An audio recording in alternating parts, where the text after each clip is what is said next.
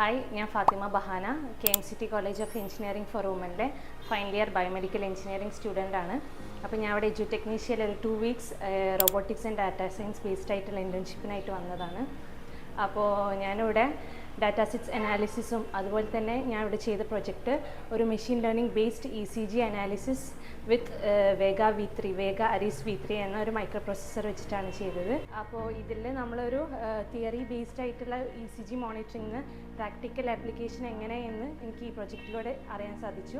അപ്പോൾ ഞാൻ അവിടെ ചെയ്ത project machine learning based ECG analysis വിത്ത് വേഗ അരീസ് V3. ഇതിൽ ഞാൻ യൂസ് ചെയ്ത കോമ്പണൻസ് ഒന്ന് വേഗ അരീസ് V3 എന്ന മൈക്രോ പ്രോസസ്സർ, പിന്നെ രണ്ടാമത് AD8232 എന്ന് പറഞ്ഞ സെൻസർ, പിന്നെ jumbo wires and disposable ECG electrodes. അപ്പോൾ ഇതിൻ്റെ വർക്കിംഗ് എങ്ങനെയാണെന്ന് വെച്ചിട്ടുണ്ടെങ്കിൽ നമ്മൾ ആദ്യം വേഗ അരീസ് V3 എന്ന മൈക്രോ പ്രോസസ്സറിനെ AD8232 എന്ന സെൻസറായിട്ട് ഇൻ്റർഫേസ് ചെയ്യും. അപ്പോൾ ഇതിന് വേണ്ടിയിട്ട് ഇൻ്റർഫേസ് ചെയ്യാൻ വേണ്ടിയിട്ട് നമ്മൾ യൂസ് ചെയ്ത സോഫ്റ്റ്വെയർ ആർഡിനോ IDE എന്ന് പറഞ്ഞതാണ്. അപ്പോൾ അതിൽ നമ്മൾ ഇതിൻ്റെ ECG അനാലിസിസിൻ്റെ കോഡ് അപ്ലോഡ് ചെയ്യുന്നു. എന്നിട്ട് അതിൻ്റെ സീരിയൽ പ്ലോട്ട് വെച്ചിട്ട് അതിനെ പ്ലോട്ട് ചെയ്യുക ചെയ്യുന്നത്. അപ്പോൾ നമ്മൾ മൈക്രോ പ്രോസസ്സറും സെൻസറും ഇൻ്റർഫേസ് ചെയ്യാൻ വേണ്ടിയിട്ട് ആദ്യം നമ്മൾ കണക്ഷൻ കൊടുക്കുന്നുണ്ട്. ഇതിൽ 3 വോൾട്ട് കണക്ഷന് സെൻസറിൻ്റെ 3 വോൾട്ടിലേക്കും അതുപോലെ തന്നെ ഇതിൻ്റെ ഗ്രൗണ്ട് സെൻസറിൻ്റെ ഗ്രൗണ്ടിലേക്ക്, പിന്നെ ഔട്ട്പുട്ടായിട്ടുള്ളത് സെൻസറിൻ്റെ ഔട്ട്പുട്ട് നമ്മൾ പ്രോസസ്സറിൻ്റെ A0 പിന്നിലേക്കാണ് കൊടുക്കുന്നത്. പിന്നെ അതുപോലെ തന്നെ ഇതിലെ L0 മൈനസും അതുപോലെ തന്നെ L0+, രണ്ടും ലെഡ് ഡിറ്റക്ഷന് വേണ്ടിയിട്ടുള്ളതാണ്.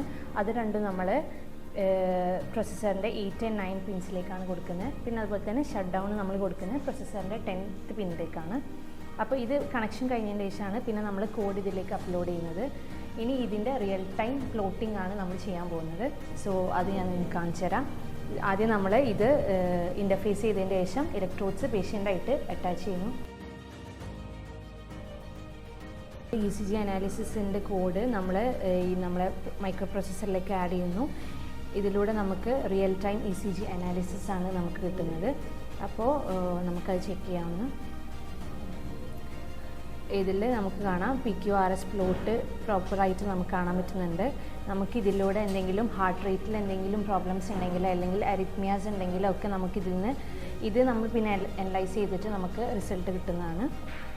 ഇനി നമ്മൾ ഇതിൻ്റെ പ്ലോട്ട് ചെയ്ത ഡാറ്റാ സെറ്റ് എടുക്കുന്നു. ഡാറ്റാ സെറ്റിന് നമ്മൾ മെഷീൻ ലേണിങ്ങിലേക്ക് കൊടുക്കുക ചെയ്യുന്നത്. അതിനായിട്ട് നമ്മൾ ഗൂഗിൾ കൊളാബ് എന്ന് പറഞ്ഞൊരു സോഫ്റ്റ്വെയറിലേക്ക് നമ്മൾ അതിൻ്റെ കോഡ്സ് നമ്മൾ ഇൻസ്റ്റാൾ ചെയ്തതിൻ്റെ ശേഷം ഇതിൽ ഞാൻ 3 ഫീച്ചേഴ്സാണ് ഇതിലൂടെ കണ്ടുപിടിക്കാൻ നോക്കുന്നത്.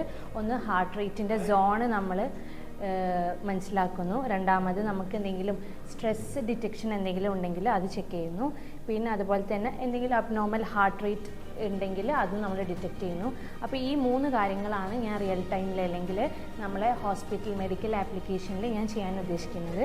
അപ്പോൾ ഇവിടെ ഞാൻ ഡാറ്റാ സെറ്റ് അപ്ലോഡ് ചെയ്തു. എന്നിട്ട് ഇതിൻ്റെ കോഡ് കൊടുത്തിട്ട് ഇതിൻ്റെ ആക്യുറസി കണ്ടുപിടിച്ചിട്ടുണ്ട്. ഇതിൽ ഓൾമോസ്റ്റ് ഒരു 96-97% ആക്യുറസി കിട്ടുന്നുണ്ട്. ഇനി നമുക്കിത് ഫർദർ ഹോസ്പിറ്റലിലെ മെഡിക്കൽ ആപ്ലിക്കേഷനിലേക്ക് നമുക്കൊരു സോഫ്റ്റ്വെയർ ഉണ്ടാക്കിയിട്ട് ഇതിൻ്റെ അനാലിസിസ് നടത്താവുന്നതാണ്. ഇവിടെ ഇപ്പോൾ എഡ്യൂ ടെക്നീഷ്യയിൽ വർക്ക് ചെയ്തതിൽ ഞാൻ വളരെയധികം സാറ്റിസ്ഫൈഡ് ആണ്. അതുപോലെ തന്നെ എനിക്ക് അറിയാത്ത ഒരുപാട് നോളജ് ഇവിടുന്ന് ഗെയിൻ ചെയ്തു. നമ്മളെ എഞ്ചിനീയറിലെ ഡെവലപ്മെൻറ്റ് സെക്ടറിൽ വരുന്ന കാര്യങ്ങളെല്ലാം ഇതിലൂടെ, അതായത് മെഷീൻ ലേണിംഗ് AI ബേസ്ഡ് ഉള്ള കാര്യങ്ങളെല്ലാം ഇവിടുന്ന് അറിയാൻ സാധിച്ചു. അതിൻ്റെ ഒരു നല്ലൊരു ബേസ് നോളജ്, അതുപോലെ തന്നെ മുന്നോട്ട് ഫർദർ ഇനിയും ഇവിടെ എൻ്റെ മെയിൻ പ്രൊജക്ട്സ് എല്ലാം ഞാൻ അവിടെ ചെയ്യാൻ ആഗ്രഹിക്കുന്നുണ്ട്. അതുപോലെ തന്നെ എൻ്റെ ഫ്രണ്ട്സിനെല്ലാം ഞാൻ ഈ കമ്പനി റെക്കമെൻഡ് ചെയ്യാനും ഫ്യൂച്ചർ പ്രൊജക്ട്സിനൊക്കെ ആയിട്ട് റെക്കമെൻഡ് ചെയ്യാൻ ആഗ്രഹിക്കുന്നുണ്ട്. Thank you.